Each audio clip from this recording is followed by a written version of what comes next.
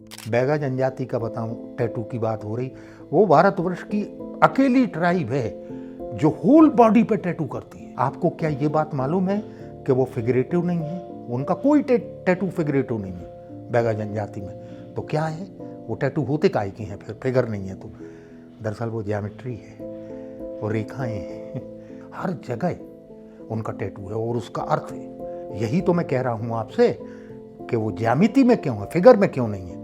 कुछ जनजातियां हैं जिसमें फिगर, उनके ही पड़ोस में रहने वाले गोंड जो है वो फिगरेटिव पेंटिंग करते हैं और फिगरेटिव पेंटिंग करेंगे, हर फिगर बनाएंगे और मान्यता है उनकी कि अपना टोटम जरूर बनाएंगे। उनके जितने फिरके हैं गोंड जनजाति में, उनका एक कोई अभिप्राय होगा या मोटिव होगा या जिसको टोटम कहते हैं, पवित्र चिन्ह, आकृति, कोई बिच्छू या कुछ बना लिया, उसको कभी मारते नहीं है, कभी नष्ट नहीं करते, कभी खाते नहीं है, परम पावन माना जाता है वो।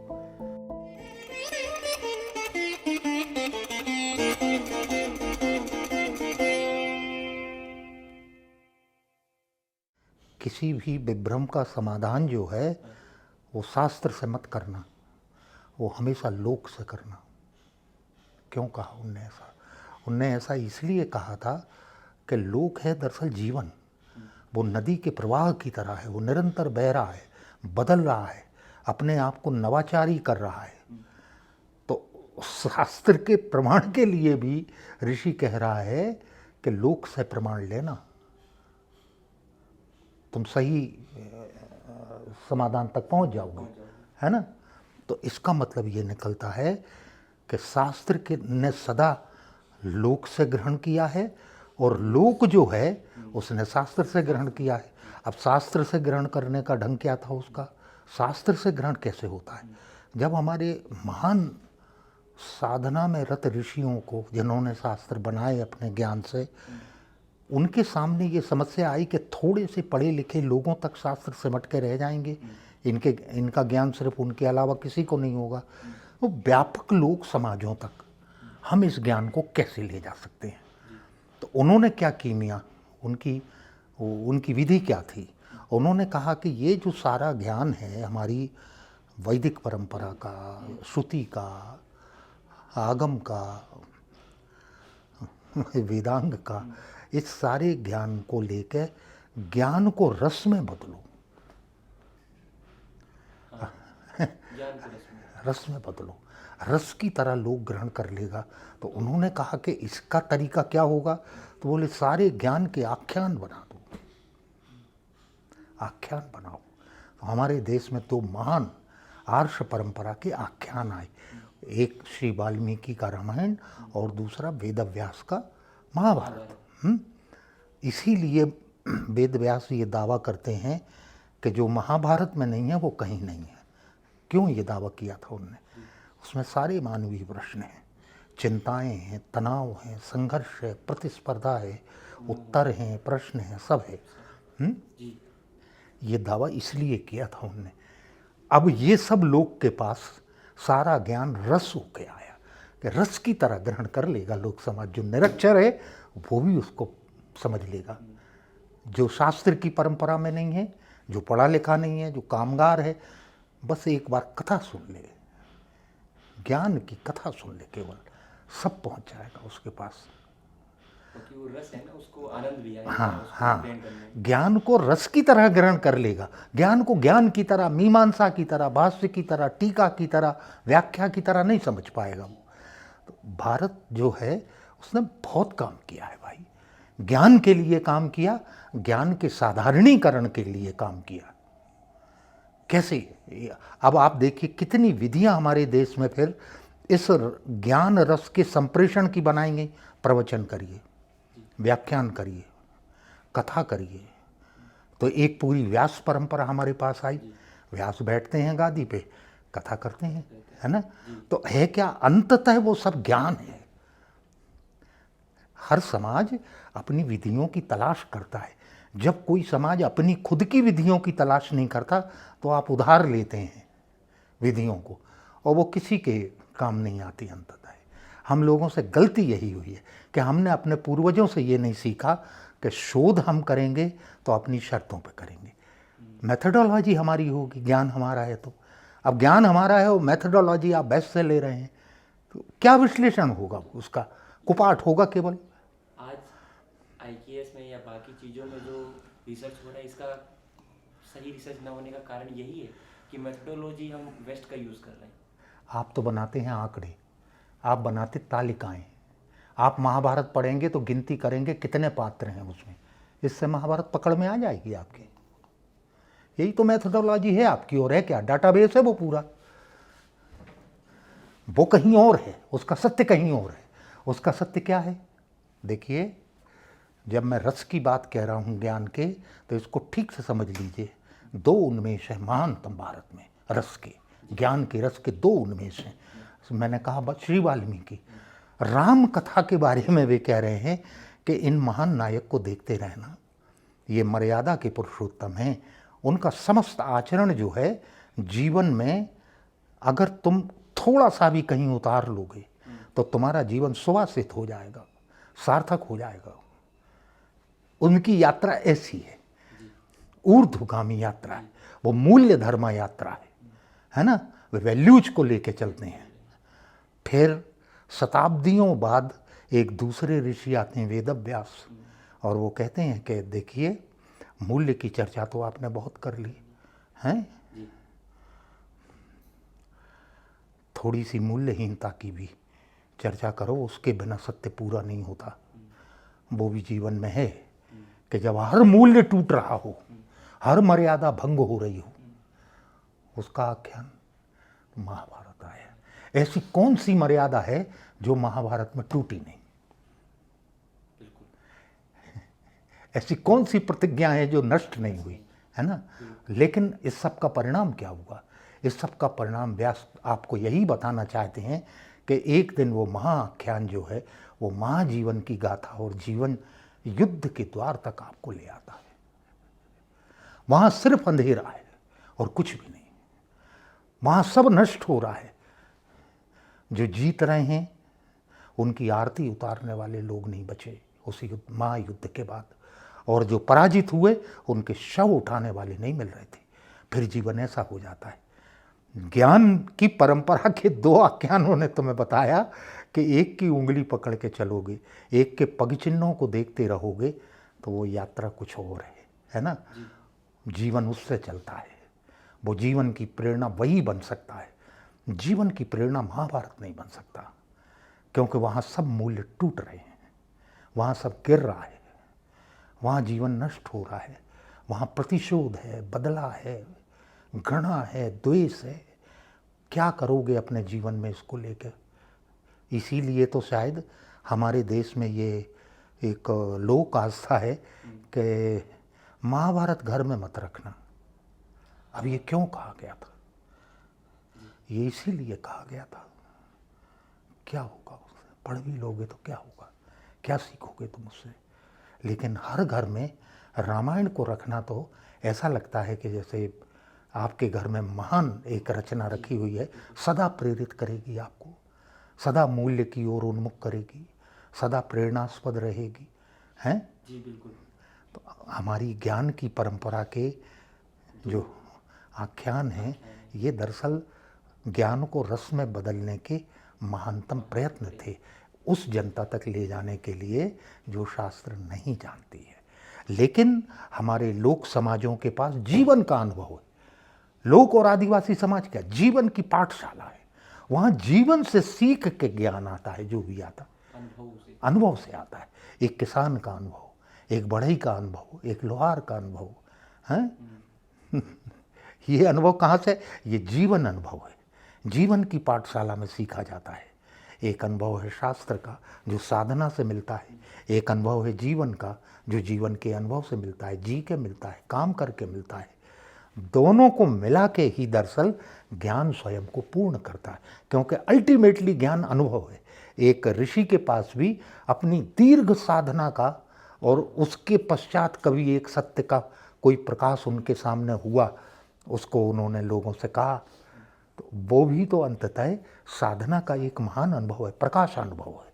और एक सामान्य किसान के पास जो अनुभव है वो जानता है, मिट्टी के गुणधर्म को जानता है, बीज के गुणधर्म को जानता है, जल के गुणधर्म को जानता है, वो जानता है कब फसल बोना है, कब फसल बड़ी होगी, कब फसल पकेगी, कब फसल काटना है। ये महान जीवन अनुभव, ये भी ज्ञान है, ये भी जीवन के काम आता है। वो उसमें रखता, क्योंकि उसके पास साधना करने के लिए अलग से कोई समय नहीं था, उसका काम ही उसकी साधना था। अगर वो भी साधना में लग जाता तो कौन करता ये सब कुछ? कौन हमारे लिए अन्न उगाता, कौन वस्त्र तैयार करता, कौन बर्तन तैयार करता? तो भारत जो है उसके पास बिल्कुल स्पष्ट विजन था कि दरअसल लोक का जो ज्ञान है उसकी महिमा कम नहीं है, वो जीवन के अनुभव से सीधा। और सबसे बड़ी बात उन्होंने कही कि दरअसल शास्त्र का ज्ञान तो एक बार हुआ और उसमें बंद करके आपने रख दिया। अब उसकी मीमांसाएं होंगी, व्याख्याएं होंगी, टीका होंगी, लेकिन जो जीवन का ज्ञान है लोक का, जनजातियों का, वो तो ऐसा है जिसमें रोज रोज कुछ जुड़ रहा है। वो अनुभव लगातार अपने को संशोधित कर रहा है, रोज रोज। हाँ, वो सदा नीरा है, ऐसी नदी जिसमें सदा पानी प्रवाहित हो रहा है, बह जा रहा है सब कुछ, है ना। आज कुछ परिवर्तन जीवन में हुआ, उनने उसको भी जोड़ दिया। इसीलिए लोक समाजों की कला में कितने बड़े पैमाने पे इम्प्रोवाइजेशन मिलता है आपको। एक बार तीजन बाई गायन कर रही थी और वो भीम और जरासंध के युद्ध का वर्णन था, तो बड़ा विकट संघर्ष का की कथा उनने कही, और बीच में एक पंक्ति कही कि बहुत देर तक लड़ते रहे, थक गए, तो उन्होंने कहा रुक जाओ जरा स्पेशल चाय पी लो फिर। अब मैं तो हैरत में रह गया कि ये स्पेशल चाय कहाँ से महाभारत में आ गई। इम्प्रोवाइजेशन, चीज़ों को व्यक्त करना, कि उनने विश्राम भी किया था बीच में। ऐसे इस तरह अपने को लगातार प्रासंगिक बनाए रखना, नया करना, नवाचार करना, प्रयोग करना, और अपने समय और समाज से उसको जोड़े रखना, ये उसकी अतिरिक्त शक्ति है जो उसको जीवंत रखती है। अब आप देखिए, एक तीजन बाई जो है वो छत्तीसगढ़ के गनियारी गांव में रहती हैं, वहाँ दुर्ग के पास। उन्हें पढ़ना लिखना नहीं आता, वे अपने हस्ताक्षर भी नहीं कर पाती हैं, लेकिन उनको पंडवानी के, यानी महाभारत का रूप पंडवानी है छत्तीसगढ़ में, उसके 18वें पर्व कंठस्थ हैं। आप जब भी कहेंगे कि फलाना सुनाइए, प्रसंग सुनाइए, सुनाना शुरू कर देंगे आप। हाँ, कैसे आता है? भारत अपने को बहुत तरह से स्मृतिवान रख रहा है ना। वो अकेले अध्ययन से नहीं रखता था, श्रवण से भी रखता था, सत्संग से भी रखता था। ऐसे हुआ आज हम सारे लोग बड़े साक्षर हैं, पढ़े लिखे हैं, हम में से किसी को 18 पर्व याद हैं महाभारत के? कुछ श्लोक भी नहीं याद होंगे। और हम उन्हें अक्षर सिखाने की जिद कर रहे हैं जो इतने स्मृतिवान लोग हैं। अच्छी बात है, कर लें, लेकिन उससे मैं ये कह रहा हूँ कि बोले गए शब्द की परंपरा जो है उसकी महिमा कम नहीं होती। वो हमारे देश की महान वाचिक परंपरा है।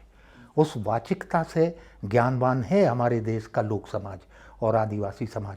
आपने अभी मुझे व्याधि की बात बताई कि कोई रोग जनजातियों में वो तुरंत इलाज, लेकिन अब वो आज की पीढ़ी में गायब हो रहा। देखिए, असल में बात ये है, नई पीढ़ी में अकेला औषधि का ज्ञान नहीं, सब कुछ गायब हो रहा है ना। उन्हें अपने नृत्यों का, गायन का, गीत का, आख्यानों का और दूसरी अन्य चीज़ों का कितना कम ज्ञान, भूल रहे हैं। अब तो शहरों में आके पढ़ रहे हैं ना, तो जनरेशन गैप हो गया। एक बुजुर्ग किसको सिखाए, अपना ज्ञान किसको दे दे? वो तो पीढ़ी दर पीढ़ी चलने वाली चीज़ थी नहीं। अगर एक पीढ़ी ग्रहण ही नहीं कर रही है तो वो उस आदमी का तो दोष नहीं है ना, जो गांव में बैठा बुजुर्ग, किसको दे दे वो? ये मुश्किल है।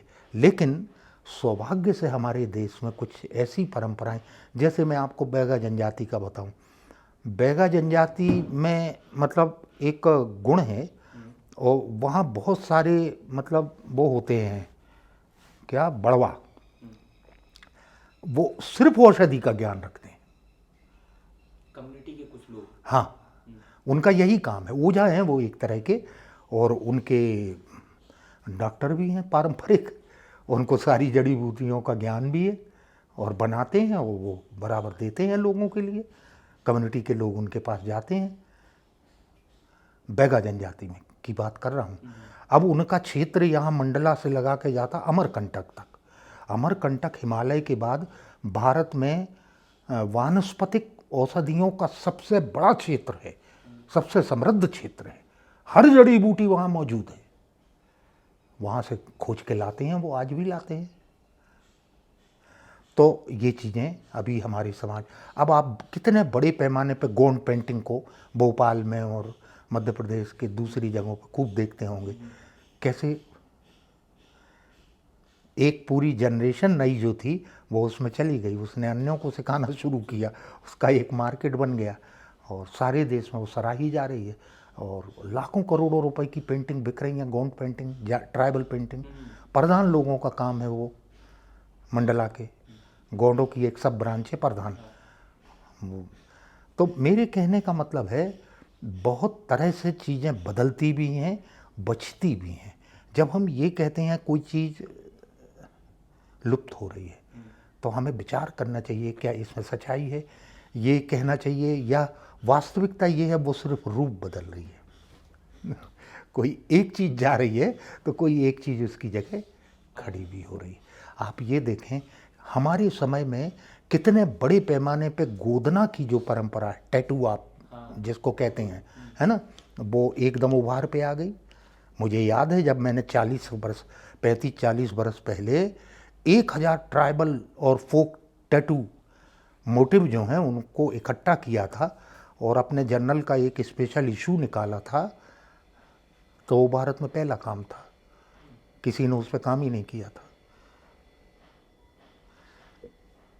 आज वहाँ बैगाचक में या मंडला में गोदनारी कहलाती थी वो महिलाएं जो शरीर पे गोदना अंकित करती थीं, या उनके जो हाट बाजार होते थे उसमें कुछ लोग बैठ जाते थे।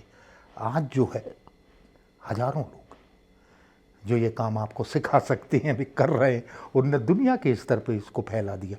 बैगा जनजाति का बताऊं, टैटू की बात हो रही, वो भारतवर्ष की अकेली ट्राइब है जो होल बॉडी पे टैटू करती है। आपको मालूम है ये बात?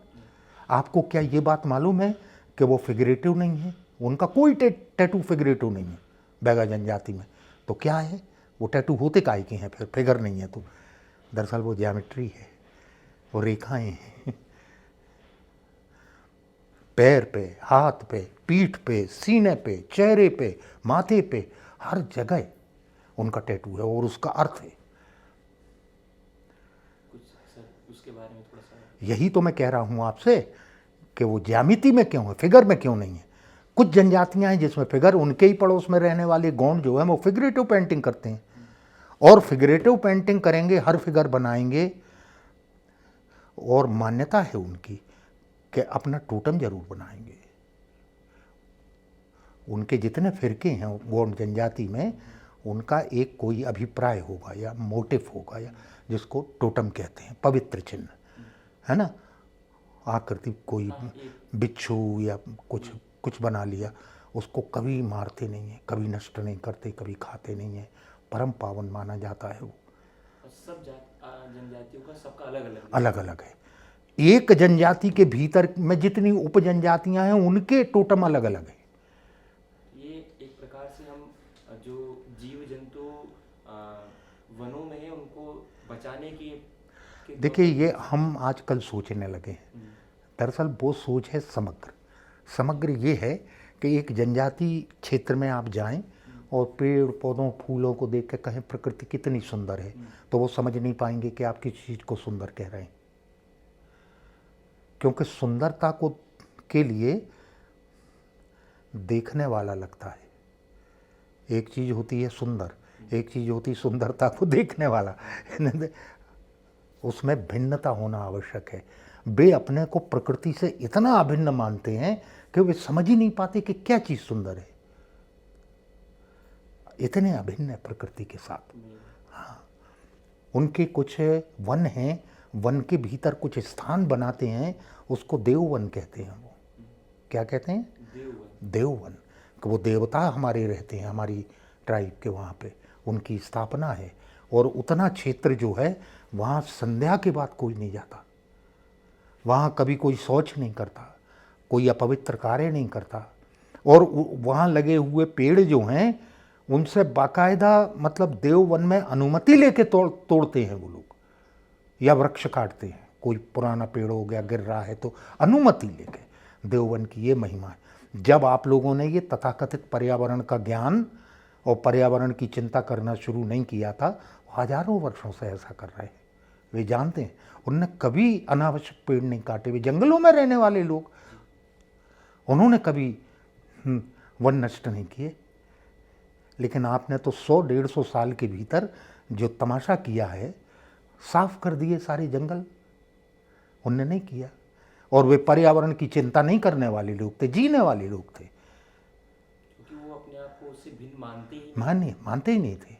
उनके सारे देवी देवता जो हैं नदियों में, नदियों के किनारे के चबूतरों में, वन्य स्थानों में, देव स्थानों में यहाँ निवास करते। उनके लिए सारी प्रकृति पूज्य, अभिन्न है, पवित्र है। कैसे नष्ट कर सकते कोई? एक भाव होना आवश्यक होता है। हमें ये समझना चाहिए कि भारत में जिन लोगों की जीविका ही वनों पर निर्भर करती थी, वे सैकड़ों हजारों वर्षों से वहाँ हैं और वन नष्ट नहीं हुए। लेकिन हम लोग जो हैं, जो वनों के बाहर हैं, अर्बन समाज में रहते हैं, नागर समाजों में रहते हैं, हम लोगों की कृपा हुई और हमने 1 सदी के भीतर भारत को उजाड़ दिया। इसका अर्थ ये है कि हम प्रकृति को देखने वाले हैं, प्रकृति से अभिन्न नहीं है, एक नहीं है, अद्वैत नहीं है ना। इसलिए हमारे लिए प्रकृति भिन्न सुंदर या सुंदर होती, उनके लिए नहीं। यही अंतर है। अब एक बात को ठीक से समझिए, कितना लेना है और कितना देना है। आप पूरी प्रकृति से, है ना। उनने कभी ऐसा नहीं किया कि अगर महुए के पेड़ लगे हुए हैं जंगल में, सारे महुए तोड़ लो। कभी ऐसा नहीं किया। वो पक्षियों के लिए छोड़ते हैं, पशुओं के लिए छोड़ते हैं, बंदरों के लिए छोड़ते हैं। कभी ऐसा नहीं किया कि सब तोड़ लिए, कभी नहीं करते ऐसा। इसका मतलब है ये रहस्य वो जानते थे कि मनुष्य जो है वो अकेला नहीं है प्राणी में। लाखों प्राणी, लाखों जीव, लाखों सरीसृप, लाखों नभचर, तलचर, ये सब मौजूद हैं और रहस्यमय तरीके से एक दूसरे के जीवन को संभव कर रहे हैं। उनमें एक परस्परता है, एक हार्मनी है। और अगर हमने एक भी मतलब प्राणी सत्ता इसमें से नष्ट की तो दरअसल हम ही नष्ट हो जाएंगे, ये उनको मालूम था। लेकिन हम लोग क्या करते हैं? हमने अपने लालच के लिए क्या छोड़ा है, मुझे बताओ जरा। मेरे सामने कुछ भी मिल जाएगा तो मैं पहले अपना ही सोचूंगा, है ना। उन्होंने कभी नहीं किया ऐसा। तो उनके बीच में कुछ काम करते हुए मैं आपसे कैसे बताऊं, मैं एक दूसरा आदमी हो गया।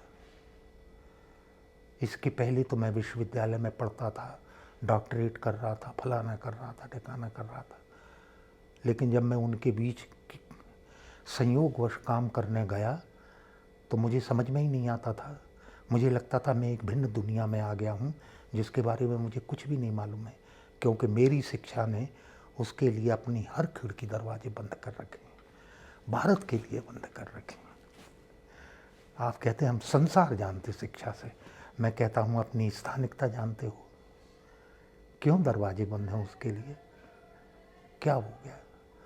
तो मैंने एक और भारत देखा, वो भारत जो जरा कम बोलता था, सुनता जाता था, जो बहुत श्रमशील था, जो किसी का शोषण नहीं करता था, जिसको प्रकृति और जीवन के महान पाठ जो हैं आचरण का विषय थे, कहने के नहीं।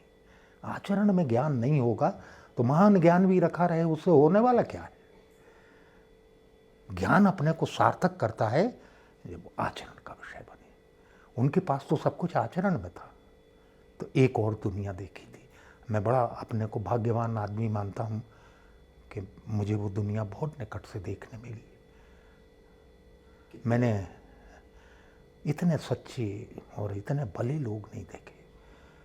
आदमी पे मेरा भरोसा थोड़ा सा बढ़ गया यार, मैं जीवन पे भरोसा बढ़ गया मेरा। अन्यथा तो हम जिस तरह के लोग हैं और इन विराट नगरों में बैठ के जो कुछ करते रहते हैं, हर दिन आपका जीवन पे भरोसा नष्ट करने वाली कोई खबर, कोई घटना, ये सब होता रहता है। रोज रोज जीवन पे आपका भरोसा, सच्चाई पे आपका भरोसा टूटता है। जब मैं वहाँ गया, मैं उससे लबालब हो गया। मैंने कहा नहीं, वो ख़त्म नहीं हुई है, वो है, मौजूद है, लोग तो उसको जी रहे हैं, मैं ही नहीं था यहाँ। इस अर्थ में मैं कह रहा हूँ, मेरा जीवन बदला, मेरी दृष्टि बदली, है ना, जीवन को देखने का ढंग बदल गया। मैं उस भारत को देख पाया जो भारत अपने बारे में बहुत बात नहीं करता, है ना, लेकिन एक व्यवहार में है वो, और उसको हर चीज़ मालूम है, कितना खाना है, कितना छोड़ देना है, कितना श्रम करना है, कितना विश्राम करना है। उनकी सारी संस्कृति विश्राम की महानतम रचना है। आप देखिए, गौंड जनजाति में कर्मा नृत्य होता है, वे सदियों से एक नृत्य कर रहे हैं, और कोई आदमी ये नहीं कहता कि हम बोर हो गए इसको देख के। हम लोगों को तो हर 10 मिनट में बदला हुआ कुछ चाहिए, क्योंकि हम कुछ रचना नहीं जानते। उनमें हर आदमी डांस में शामिल होता है, इसलिए कोई दर्शक नहीं है। सब नृत्य में हैं और सब नृत्य के दर्शक हैं। अगर ये है तो कभी आप उससे ऊब नहीं सकते। हर दिन वो नया है। एक वृत्त में चल रहा है, थक गया कोई नर्तक, वो बाहर निकल आता, उसकी जगह दूसरा आदमी। वे एक दोने में लेकर सेल्फी पीते हैं, बैठे रहते हैं, बीड़ी पीते हैं, फ्रेश हो जाते हैं, 2 घंटे बाद फिर उनके पास दूसरा आदमी वो आदमी चला जाता है। सारी रात चलता रहता है, सारी रात। हमने ये जाना कि दरअसल एक महान विश्राम के बिना ये संभव नहीं है, संभव ही नहीं। उन्होंने कितने कितने माध्यमों में शिल्प बनाए, धातु में, लकड़ी में, कपड़े में, हैं, मिट्टी में, इतनी महान रचनाएं की, अद्भुत रचनाएं की, और कभी ये दावा नहीं किया कि वे कलाकार कभी नहीं कहा उन्होंने। आपने कभी किसी कुम्हार, मिट्टी में काम करने वाले कुम्हार को ये कहते देखा है कि मैं कलाकार हूँ? क्यों? मेरे कहने का मतलब ये है कि आधुनिक मनुष्य की बड़ी ट्रेजेडीज में से एक ये ट्रेजेडी है कि वो रचने के आनंद से और अवकाश से वंचित कर दिया गया है। आप अपने जीवन में कुछ भी नहीं रचते। आप सो के उठते हैं, नाश्ता करते हैं, ऑफिस चले जाते हैं, आप लौट के आते हैं घर, खाना खाते हैं, कुछ मनोरंजन करते हैं और सो जाते हैं। रचना क्या है आपके जीवन में? और प्रकृति ने मनुष्य को कुछ ऐसे बनाया है कि वो रचे बिना रह नहीं सकता। उसका गुण है, उसका स्वभाव है। और अगर आपने रचने के आनंद से मनुष्य को वंचित किया तो सारा समाज तनाव से, निराशा से, अवसाद से, डिप्रेशन से भर जाएगा। ये है वो असली कारण जो चिकित्सकों को समझ में नहीं आ रहा, भी दवाइयों से दूर करना चाहते हैं इसको। हर आदमी में कुछ रचने की क्षमता है। कोई आदमी है, कला ही जरूरी नहीं, कोई बहुत स्वादिष्ट खाना बनाना जानता है, वो आदमी खाना बना के इतना प्रसन्न होता है जैसे ये कलाकार पेंटिंग बना के होता है। लेकिन कुछ रचिए तो अपने जीवन में। आपको तो सब कुछ रचा हुआ दिया जा रहा है, सब रेडीमेड है आपके जीवन में। आप खुद कुछ रचना नहीं करते। आपके अवसाद का, निराशा का, दुख का कारण ये है। अन्यथा मुझे कोई कारण नहीं समझ में आता कि इतनी समृद्धि के बावजूद मनुष्य इतने तनाव में क्यों है। वो है ही इसलिए। लेकिन मैं जिन लोगों की बात कर रहा हूँ, वे रचने की धन्यता में है, रचने के आनंद में, रचने के सुख में है, और इसीलिए जीवन से उनकी फिर बहुत मांग नहीं रहती। रचने वाला आदमी इतना आनंद में होता है कि वो कहता मुझे कुछ नहीं चाहिए। लेकिन रचना से वंचित आदमी जो है, उसको संसार की दौलत ला के रख दो, वो कहेगा कि हमें और चाहिए। तुम्हारी मांगें तो कभी ख़त्म ही नहीं होती जीवन से, हम जो कुछ नहीं करते। लेकिन जिन लोगों के पास बहुत थोड़ा है, ज़रूरत की चीज़ें तब बमुश्किल जुटा पाते हैं, वे शिकायती आदमी नहीं। वो तो नाचते हैं, गाते हैं, शिल्प बनाते हैं, चित्र बनाते हैं, अवसर अनुष्ठानों में हैं, अपने रिचुअल्स को पूरा करते हैं, अपने सच्चेपन में हैं। जीवन से बहुत मांग नहीं है उनकी, और वो इसलिए नहीं है, हर आदमी कुछ ना कुछ रच रहा है। हर आदमी रचना के सुख से भरा हुआ है। रचना का सुख गायब हुआ है, इसने इतनी तबाही मचा दी और हम समझ नहीं पा रहे। मैं एक किस्सा सुनाऊं। एक मित्र के साथ में डेंटिस्ट के यहाँ गया, तो अपनी बारी की प्रतीक्षा में बैठे थे। डेंटिस्ट के यहाँ समय बहुत लगता है, बहुत भीड़ इकट्ठी हो गई थी। तो बैठे बैठे क्या करें, तो लोगों ने बातचीत करना शुरू कर दिया। कितने रोग बढ़ गए हैं, कितनी बीमारियां बढ़ गई हैं, कितनी दवाइयां बढ़ गई हैं, कितने अस्पताल बढ़ गए हैं, मतलब हाँ नकली दवाइयां भी आ गई हैं, फलाने भी, इस तरह की चर्चा कर रहे थे। हम लोगों से थोड़ी दूर एक किसान बैठा था पगड़ी बांधे और बीड़ी पी रहा था, चुपचाप, वृद्ध था। पता नहीं हम में से किसको कुछ शगल सूझा, वो बोले क्यों दादा, हम ठीक कह रहे हैं कि नहीं, तुम भी तो बोलो कुछ। तो उसने इत्मीनान से अपनी बीड़ी बुझाई और बोले साहब ऐसा है कि आप सब पढ़े लिखे लोग हैं, आप ठीक ही बात कर रहे हैं, हम तो अनपढ़ आदमी हैं, गांव के किसान आदमी हैं।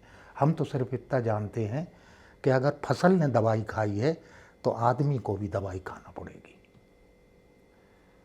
ये सुनना था। ये है भारत के आदमी का सहज ज्ञान। उसको मूल समस्या मालूम है कि इतनी बीमारियों से तुम भर क्यों गए हो, क्योंकि फसल को दवाई खिला दी है तुम लोगों ने। तुम्हें तो खाना पड़ेगी दवाई, और कोई उपाय नहीं है। और दवाइयाँ बढ़ेंगी और रोग बढ़ेंगे, डॉक्टर और अस्पताल भी बढ़ेंगे, क्योंकि तुम तो भूल ही गए हो स्वस्थ रहना। तुम स्वस्थ जीवन ही भूल गए हो। क्या किया जाए। उनसे हमने ये पाठ सीखे, स्वस्थ कैसे रहा जाता है, संतुष्ट कैसे रहा जाता है, शांत कैसे रहा जाता है, क्षमशील कैसे रहा जाता है, मौन कैसे रहा जाता है, सब कुछ सीखा हमने। एक अनौपचारिक विश्वविद्यालय था मेरा, जो विश्वविद्यालय के बाद खुला मेरे लिए, और उससे मेरा जीवन पूर्ण हुआ। मैं उससे बहुत धन्य हुआ, मुझे बहुत अच्छा लगा। मैं इसको परमात्मा की कृपा ही मानता हूँ। वो जीवन सबके हिस्से में नहीं आता। सबके हिस्से में तो किताबें और रिसर्च और प्रोफेसर और रिसर्च पेपर और फेलोशिप और यही सब है। मैं उस जीवन को छोड़ के वहाँ गया था। अपूर्व अनुभव है वो, कैसे बताऊँ आपको। अब ज्ञान परंपरा के बारे में आपने बात की। हमारे महान ऋषियों ने श्रुति संभव की, हैं? अब 4 वेद बने, महानतम वेद। लंबी दीर्घ साधनाओं के बाद एक दिन उनके समक्ष कुछ प्रकाशित हुआ, इसलिए पश्यंती कहा गया। ये संस्कृत शब्द है जिसका अर्थ होता देखना। यानी उनने अपने सामने साधना के एक विशेष क्षण में ज्ञान को प्रकाशित होते हुए देखा, इसलिए उसको पश्यंती कहते हैं। हमने अपने ऋषि को दृष्टा कहा है। क्यों कहा है दृष्टा? देखने वाला, वो ज्ञान को देखने वाला था। और फिर जितना संभव हो सका उसने भाषा में और शब्दों में, ऋचाओं में उसको कहने की कोशिश की। वो पूर्ण था ऐसा दावा उनने नहीं किया। वो जितना संभव था उतना आपके लिए उनने कह दिया, आपको जितना समझ में आ सकता था भाषा में।